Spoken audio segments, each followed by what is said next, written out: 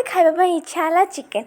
ସେଥିପାଇଁ ମାଆ ଆଉ ମୁଁ ଯାଇଥିଲୁ ମାର୍କେଟରେ ସେଠି ଆମେ ଚିକେନ୍ ଆଣିଲା ବେଳେ ମୋତେ ଟିକେ ଇଚ୍ଛା ହେଲା ବିରିୟାନୀ ଖାଇବା ପାଇଁ। ସବୁକିଛି ଥିଲା ଘରେ କିନ୍ତୁ ବିରିୟାନୀ ଚାଉଳଟା ନଥିଲା। ସେଥିପାଇଁ ଆମେ ମାଆକୁ ମୁଁ କହିଲି ମାଆ ଟିକେ ନେଇଯିବା ବିରିୟାନୀ କରିକି ଟିକେ ଖାଇଦେବା ଟେଷ୍ଟି ଆଉ। ତାପରେ ଆଣି ଆସିଲୁ। ତାପରେ ଏଠି ତ ମାଆ ଷ୍ଟାର୍ଟ କରିଦେଲେଣି ବିରିୟାନୀ କରିବା ପାଇଁ।